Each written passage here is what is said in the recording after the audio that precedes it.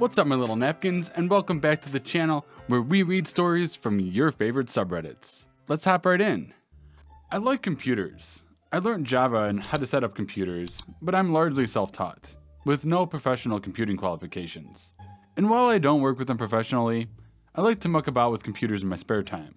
Many years ago, I worked for a small business that employed around 40 or 50 people. One day, one of the managers reported that her computer had locked up completely and stopped working.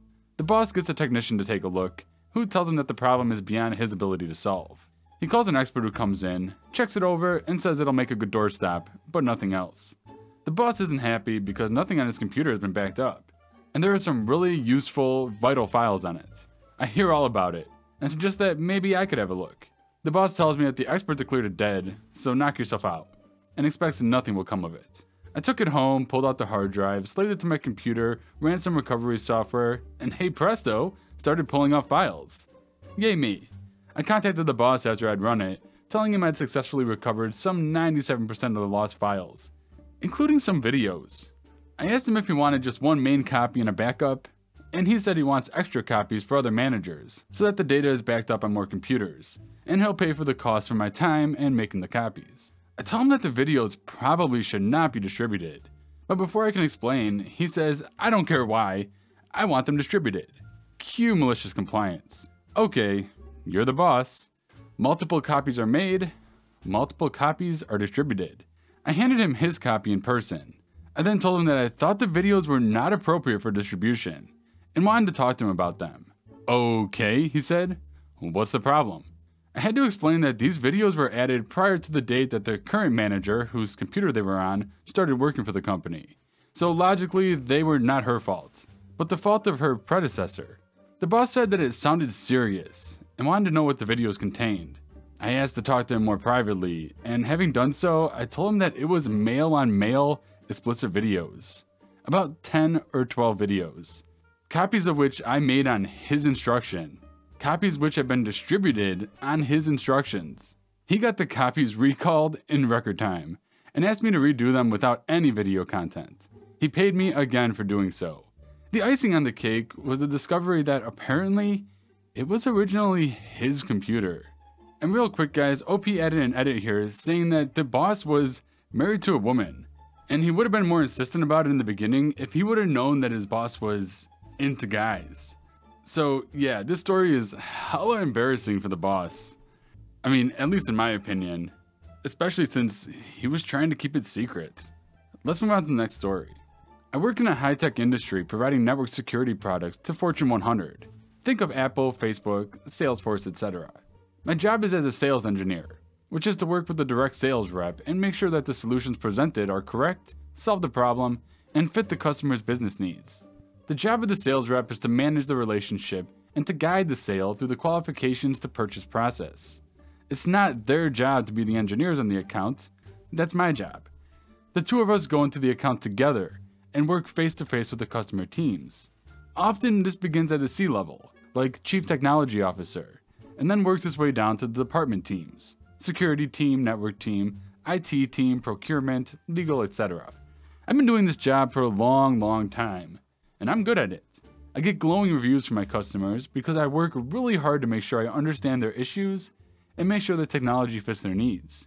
At a prior company, who shall remain nameless, I worked with a handful of really recognizable accounts that I won't name here.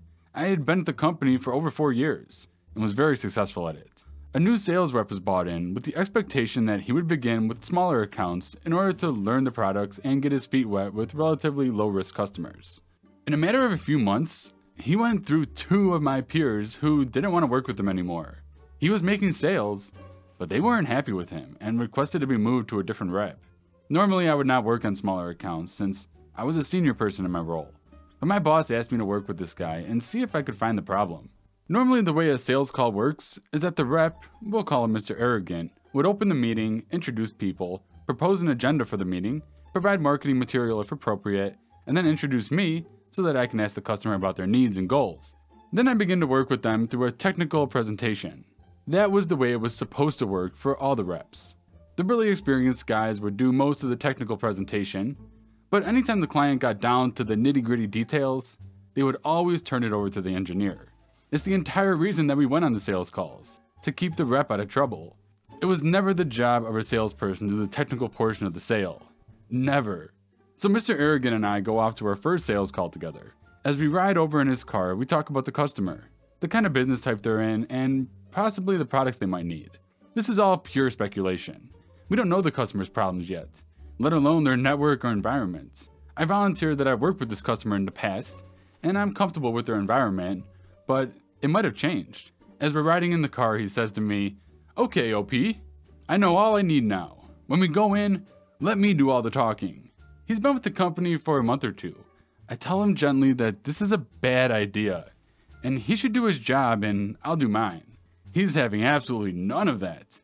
Mr. Arrogant tells me in complete clear terms that his account is his account, not mine, and he will not let me in the room unless I let him sell. He knows more than I do, and I should sit back and learn from him.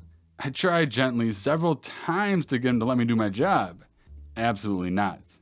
So I text my manager while I was sitting in the customer lobby with the description of the situation.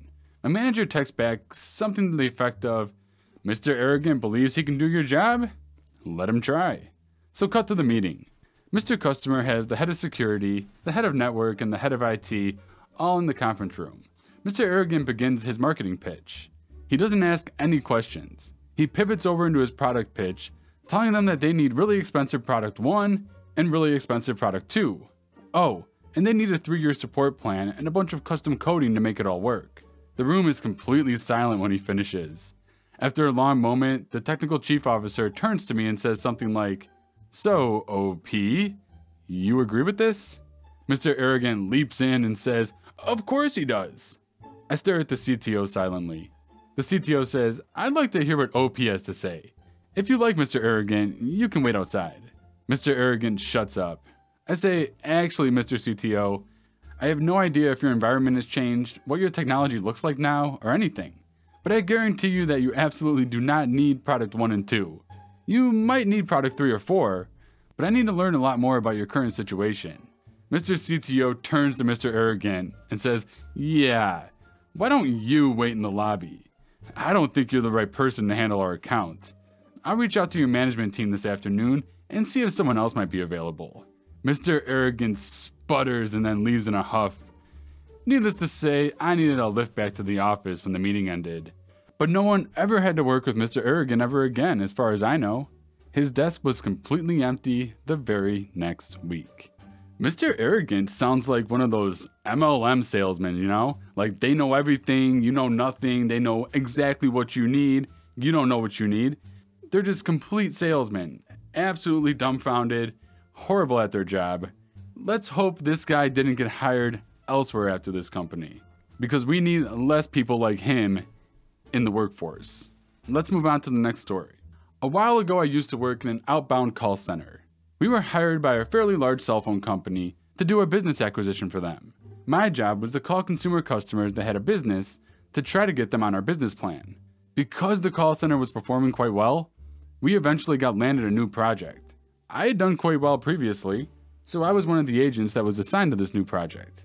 We would call customers 4 months before their contract expired to make them an offer on renewing their contract with us. This was very important because you were allowed to renew your contract 4 months before your contract expired, but your contract was not yet free. During our training, we got an explanation on how we were to put in orders. We had to make a new customer account and make the order in there. This was strange because there was literally a renew button in the existing customer contract, and the contracts were not yet free. We tried to point it out during training, but management insisted this is how we were to do things. Very well. Fast forward like a month. The project was doing quite well, and we had a lot of orders, probably a couple per hour. A while later, our management got some messages from higher-ups. They were effing livid with us because every single order we had placed had been put in the system incorrectly, and thus had not been processed. It turns out you have to use the renew button when you renew a contract. Who would have thought? We had to call back every single customer we had sold a new contract to tell them, "Hey, yeah, your contract wasn't renewed properly. You still want to be with us?" I quit shortly after that and heard from some colleagues the call center was let go from the company very quickly as well. F. Negligent management. seriously OP. Screw bad management. It absolutely blows my mind that there's so many bad managers out there. But then again, I spend my time reading Reddit stories, so that's kind of the point of these stories, is to showcase bad management. Anyway, let's move on to the next story. A few years ago, I took a customer service job, and my boss Shirley was the laziest, snarkiest person I've ever worked around. She spent her day on social media and personal calls while her inbox grew. Shirley's boss rarely came around, and she was happy as long as Shirley didn't bring any problems to her. So of course Shirley didn't. She buried any problems. After I'd been there a couple of weeks, Shirley was showing us a new procedure.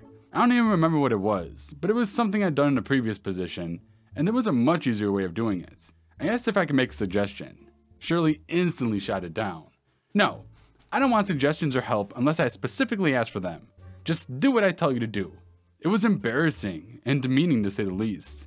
When Shirley went to lunch, the gal who had been training me asked me what I was going to suggest, and I showed her. She agreed it was much more efficient, and she showed the others. She told me that they just work around Shirley. They all disliked her, and just waited until she was away to discuss problems and came up with solutions and left Shirley out of it. A year later, the lady who trained me retired. Before she left, she showed me how to run phone statistic reports. They showed how many calls each rep took, how long the call lasted, how many rings before each call was answered, typical call center stuff.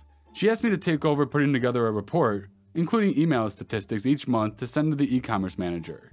Shirley was to give me the email statistics. After the first month, I emailed Shirley asking for the email stats. She ignored it. After the second month, same thing. I decided if it wasn't important to her, then I just wouldn't do it. I figured if questioned, I would show the emails I sent Shirley reminding her so my butt would be covered. Nothing ever came of it. So things went on for the next couple of years. Then came the announcement that Shirley's boss had been fired. And while they searched for a replacement, Shirley would be reporting to the president of the company. She was terrified.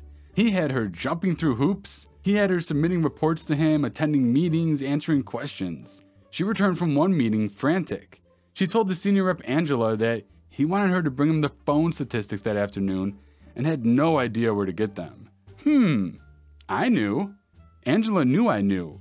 While Shirley sat at her desk trying to figure out what to do, Angela came up to me and said, "You aren't going to tell her, right?"